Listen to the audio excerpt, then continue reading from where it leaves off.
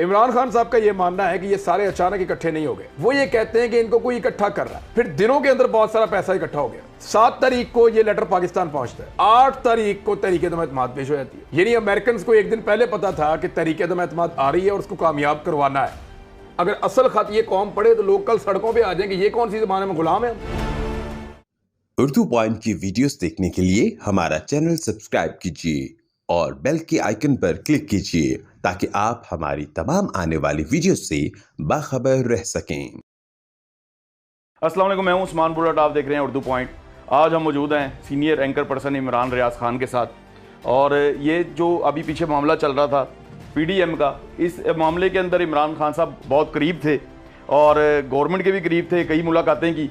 तो इन्हीं से जानते हैं ये क्या मामला था और किस तरह से ये सारा कुछ हुआ। देखिए, पाकिस्तान में पाकिस्तान पीपल्स पार्टी ने बहुत अरसे से कहा हुआ था कि तहरीक-ए-दम-ए-एतमाद लेकर आनी है और पीएमएलएन नहीं मानती थी, मौलाना फजलुर रहमान साहब भी नहीं मानते थे, लेकिन पीपल्स पार्टी कहती थी कि तहरीक-ए-दम-ए-एतमाद लेकर आनी है और फ़ौरन लेकर आनी है और इसी ज़रिए से इमरान खान को हम निकालेंगे। बिलावल भुट्टो जरदारी साहब और जरदारी साहब का मौक़िफ़ मुख्तलिफ था, इसलिए वो इस्तीफ़े नहीं देना चाहते थे और वो बाहर हो गए पीडीएम से। इनका झगड़ा हो गया आपस में, मुख्तलिफ वजूहात थी, लेकिन मेन रीज़न यही था कि उनका तरीक़ाकार और था, इनका और था। अचानक नवाज शरीफ साहब ने इजाज़त दी और उन्होंने गो अहेड दिया शहबाज शरीफ साहब को और बाकी पार्टी को, और उन्होंने एकदम सारी काया पलट गई। पीएमएलएन भी, मौलाना फजलुर रहमान साहब भी, बाकी सारी जमातें उस एक बात के ऊपर आ गई जिस पे वो पीपल्स पार्टी से इत्तफाक नहीं करते थे और सब ने मिलकर कहा कि जी तहरीक-ए-दम-ए-एतमाद ले आते।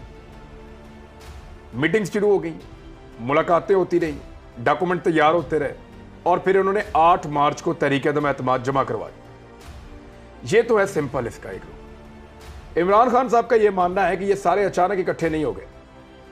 उनका यह कहना है कि इस्तीफों के ऊपर ये कभी मुत्तफिक नहीं हुए, एक साथ चलने पर ये कभी मुत्तफिक नहीं हुए, ये हमेशा एक दूसरे को गालियां देते हैं, बुरा भला कहते हैं, ये इकट्ठे हो ही नहीं सकते।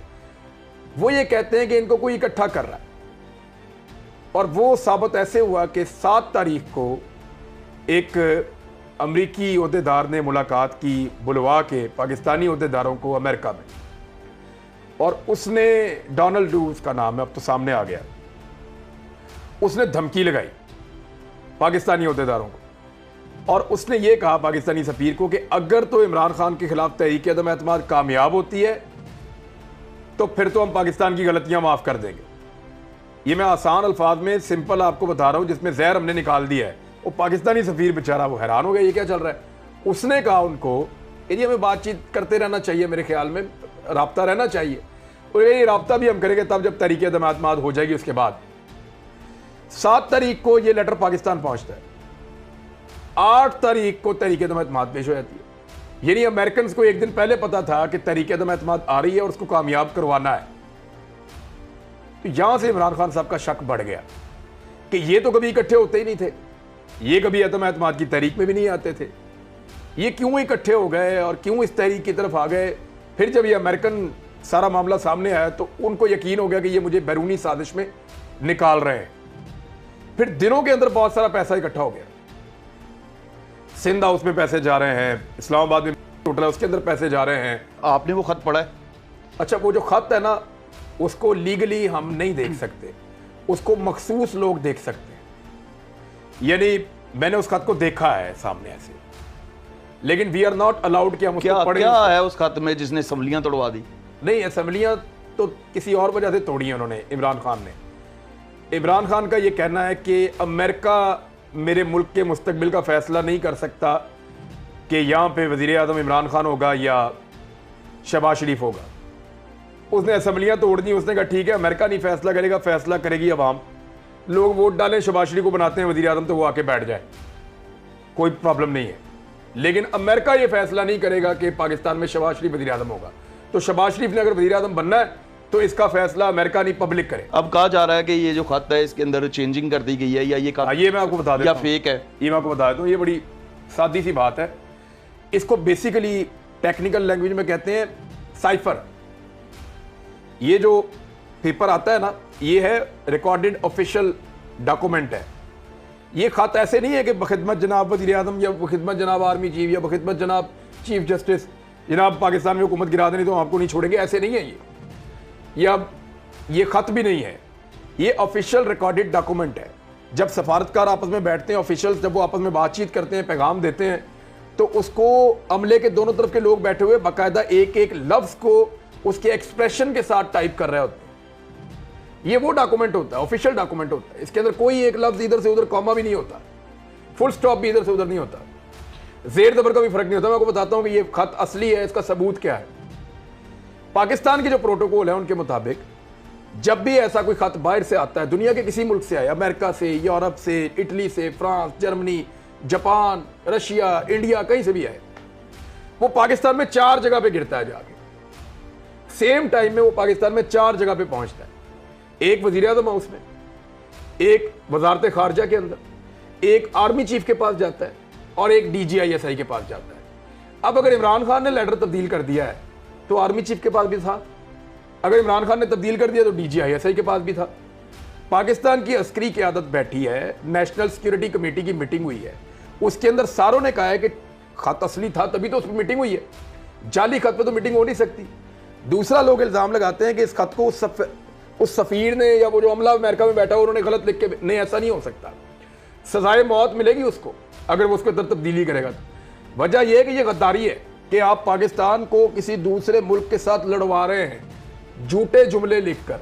इसकी सजा ये गद्दारी है, इसकी सजा मौत है, वो नहीं कर सकता। ये लेटर, ये खत या ये जो डॉक्यूमेंट है ये बिल्कुल जेन्युइन है। मरियम नवाज की तरफ से इल्ज़ाम लगाए जा रहे हैं कि ये खत जो है ये जाली है और के कारकुन जो हैं वो भी इसमें मुलव्वस हैं और इनको सजा दी जाए। देखें, अगर तो ये ऐसे, अव्वल तो ये होता नहीं है, तो सजाए मौत है सीधी सीधी उस सफ़ीर को जिसने ये किया है। पाकिस्तान के अंदर ये इसलिए नहीं हो सकता कि 4 मुख्तलिफ लोगों के पास ये गया था, खत के अल्फाज तब्दील किए गए, ये मैं साबित कर देता हूँ, ये बात सच है। खत के अंदर जो ज़बान इस्तेमाल की गई ना वो बड़ी बदतमीज़ी वाली ज़बान है। वो जो अल्फाज इस्तेमाल कर गया था अमेरिकन डोनाल्ड डू, जो ज़बान इस्तेमाल करके गया था हमारे असद मजीद के साथ, वो ज़बान बहुत गंदी थी। इस खत के अंदर जो अल्फाज हैं उनको एज इट इज़ बताया भी नहीं जा सकता कि ये ही सारा कुछ लिखा हुआ है, ये भी नहीं बता सकते। वो उसका सिर्फ बताते हैं कि वो खत में ये कहा जा रहा है। अब उन्होंने जो हमें बताया, बताने के बाद उन्होंने ये क्लेम किया हुआ है सब ने कि जो इसके अंदर ज़बान है वो नहायत गंदी है। हम जो आपको बता रहे हैं वो उतना बुरा नहीं है। तो ये आप समझ लें कि अल्फाज तब्दील किए लेकिन नरम करके। अगर असल खत ये कौम पढ़े तो लोग कल सड़कों पे आ जाएंगे, ये कौन सी ज़बान है, में गुलाम है हम, ये मामला। ख्वाजा आसिफ साहब कहते हैं कि वॉलंटरी लेटर जो है वो अमेरिका है और दूसरी तरफ शहबाज शरीफ जो है वो ये बयान दे रहा है कि हम बेघर हैं और अमेरिका जो है वो हमें पैसे देने वाला है। यहाँ पे इख्तलाफ सिर्फ इतना है पाकिस्तान का अमेरिका से। देखें, उनके पास इकॉनमी बहुत बड़ी है, वो दबाने के लिए पाकिस्तान को दबाते भी हैं, कर्जे देते हैं, मुश्किल शराइत भी रखते हैं, आपको IMF में या FATF के अंदर आपको दबाते भी हैं, ये सारी बातें ठीक हैं। अब अगर आप इस तरफ आ जाएं कि पाकिस्तान क्या चाहता है अमेरिका से, हम कुछ भी नहीं चाहते, कोई झगड़ा नहीं है, जो आप कहते हैं आपके मुताबिक हम चलते हैं, यानी जो ठीक चीज़ें आपके जायज़ मुतालबात हैं दुनिया में हम पूरे करते हैं। वो हम एक जिम्मेदार स्टेट है, कोई गैर जिम्मेदार तो नहीं है। जो जायज़ बात है वो हम तस्लीम करते हैं, मानते भी हैं, लेकिन हमारे ऊपर बेजा दबाव ना डाला जाए, हमारे अंदरूनी मामलात में मुदाखलत ना की जाए। हमारा सिर्फ ये अमेरिका से एक मौक़िफ़ है। पिछली हुकूमतें ये बात नहीं करती थी, लेट जाती थी। इमरान खान का टेम्परामेंट वो वाला नहीं है, ये वो अड़ जाता है, कहता है नहीं मैं कोई गुलाम हूँ, मैं कोई जनी आपका इतना गया गुजरा हूँ कि आप मुझ पर जो मर्जी करवाते जाएंगे, तो मेरी भी कोई इज्जत है। तो ये इमरान खान साहब ने इसको पाकिस्तान का मसला बनाया और इन्होंने कहा जी ऐसा नहीं हो सकता। जहाँ तक मामला है ना, सुपर पावर सिर्फ अल्लाह की ज़ात है। आप इमरान खान के विजन को किस तरह देखते हैं? उन्होंने कहा था कि ये सब इकट्ठे हो जाएंगे जब मैं इनको पकड़ूंगा, और दूसरा कि उन्होंने कहा था कि अमेरिकन को निकालने के लिए हम मदद करेंगे अफगानिस्तान से। तो ये दोनों बातें सच हुई हैं। देखिए, इमरान खान जो है ना वो इस सिस्टम में एलियन है, वो इस निज़ाम का या इन चीज़ों का हिस्सा नहीं है। वो इस तरह का पॉलिटिशियन भी नहीं है जिस तरह के यहाँ पे। यहाँ लोग हुकूमत बचाते हैं कि किसी तरह मेरी हुकूमत बच जाए, मैं कोई डील कर लूँ, कुछ कर लूँ। उसने तहरीक अदम एतमाद को फ़ारग करके अपनी हुकूमत खुद गिरा दी है। मुख्तलिफ है वो। और जो एक तरह के लोग होते हैं ना, वो अलग तरह के लोगों के खिलाफ उनका इकट्ठा हो जाना बड़ा नेचुरल होता है। इमरान खान साहब की पार्टी में ऐसे बहुत सारे लोग हैं जो उनके खिलाफ हो गए, और अभी मजीद बहुत सारे लोग हैं जो उनके खिलाफ हो जाएंगे, क्योंकि वो इस सिस्टम का एलियन है। वो यहाँ पे बाहर से आया हुआ है और वो इस सिस्टम का हिस्सा नहीं है। वो किसी और तरह चलाना चाहता है चीज़ों को। ये कहते हैं वैसे ही चलने दो जैसे हम चला रहे थे, हमारी मौजें लगी हुई थी, ये किधर से आ गया बीच में आउटसाइडर। तो ये आउटसाइडर है, उसको सारे बर्दाश्त नहीं करेंगे। उसको पहले दिन से ये पता था कि मैं इनके जैसा नहीं हूँ, ये मुझे पहचान लेंगे थोड़े अरसे के बाद। अदम एतमाद के इस टेन्योर के अंदर आपकी बहुत सारी मुलाकातें हुई इमरान खान साहब के साथ, आपको क्या लगता था? वो आखिरी टाइम तक तो यही कहते रहे कि मैं जाऊंगा कल असम्बली, मैं जाऊंगा, और अगले दिन उन्होंने सब जो किया सब पूरी कौम ने देखा। अच्छा, वो मैं आपको बता देता हूँ क्या हुआ था। मैं इस्लामाबाद में रुका इन दिनों में, मैंने वहाँ पे इंफॉर्मेशन सारी इकट्ठी की, लोगों को मिलता रहा, अपोजिशन को भी, हुकूमत को भी। मैंने वो बंदे भी पकड़ लिए जो ठहरे हुए थे उसमें मैरियट होटल के 5वें फ्लोर पे। फिर सारी वो मुझे चीज़ें पता चल गई ये क्या कर रहे हैं। और उधर वो सिंध की पुलिस कमांडोज ला के उन्होंने ठहराए हुए थे, लोगों ने एहतजाज भी किया वहाँ, गैर मुल्कियों ने कहा निकालो इनको, ये क्या बनाया हुआ आपने ऊपर, जेल बनाई हुई है। तो वो सारा जो है वो मामला भी मैंने रिपोर्ट किया। मैं इमरान खान साहब से मिलके ना, उनका कॉन्फिडेंस था, वो बार बार ये कहते थे मैं निकल जाऊंगा, मैं निकल जाऊंगा। हमें यकीन नहीं आता था, पहले दिन से पता था नंबर पूरे नहीं होंगे। उसकी वजह भी यही है जो पिछले मैंने आपके सवाल के जवाब में कहा कि वो एलियन है, उसको निकालने के लिए सबने इकट्ठे होना था और वो हो भी गए थे। तो हुआ ये कि इमरान खान को निकालना तो था, हमें यह पता था कि नंबर गेम में इमरान खान हार जाएगा।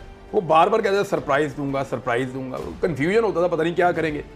एक दिन पहले रात को उन्होंने एक फोटो जारी की जिसमें वो बहुत सारे पेपर पढ़ रहे हैं, और पेपर देके हम सबको ये लगा कि ये इस्तीफे हैं जो इमरान खान साहब सुबह जाके जमा करवा देंगे 140 बंदों के, कि चलो करवाओ इलेक्शन, आ जाओ। तो वो हमें ये लगा, लेकिन वो भी नहीं था। उन्होंने जाके उनके स्पीकर ने उड़ा दिया, उन्होंने कहा ये मोशन ही गलत है। जो उनके पास तुर्क का पट्टा था या जो भी सरप्राइज था वो उन्होंने दे दिया। वो कॉन्फिडेंट तो बहुत थे पहले दिन से, और वो लोगों को यही कह रहे थे कि ये सारे हार जाएंगे, मैं जीत जाऊंगा। एक बात वो कहते थे कि ये जो अचकन सिली हुई है ना, ये मैंने नहीं पहनने देनी शहबाज शरीफ को। ये बात वो ऑफ द रिकॉर्ड भी कहते थे, ऑन द रिकॉर्ड भी उन्होंने कहा कि अचकन नहीं मैंने शहबाज शरीफ को पहनने देनी। ये पहले जवाब दे के मकसूद चपड़ासी के अकाउंट में पैसे कहाँ से आए। तो ये बड़ा डिफिकल्ट था, और अपोजिशन के लिए भी बड़ा हैरानकुन था कि ये क्या हो गया। यानी उस दिन मैं वहाँ पे था, तो जितनी देर में अपोजिशन को समझ आई, जो डिप्टी स्पीकर है वो अपने घर चला गया हुआ था, अपने घर के अंदर चला गया हुआ था। वहाँ से काम करके कासिम सूरी निकल के वहाँ से जहाँ पहुँचना था वहाँ पहुँच गए थे।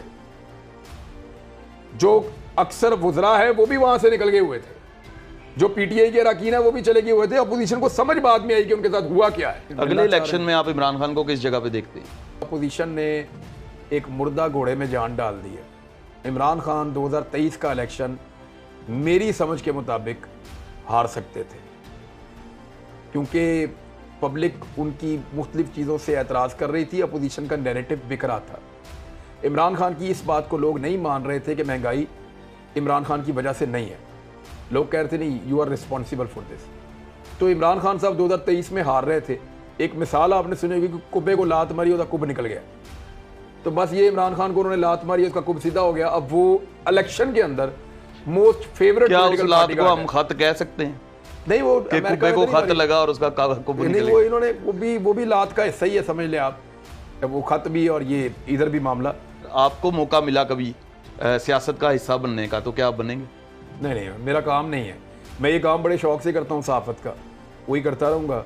और सियासत का कोई आइडिया नहीं है मुझे। मैं जो हालत में सियासतदानों की देख रहा हूँ तो तौबा इस्तग़फ़ार। जी, बहुत बहुत शुक्रिया। Thank you very much. बड़ी मेहरबानी।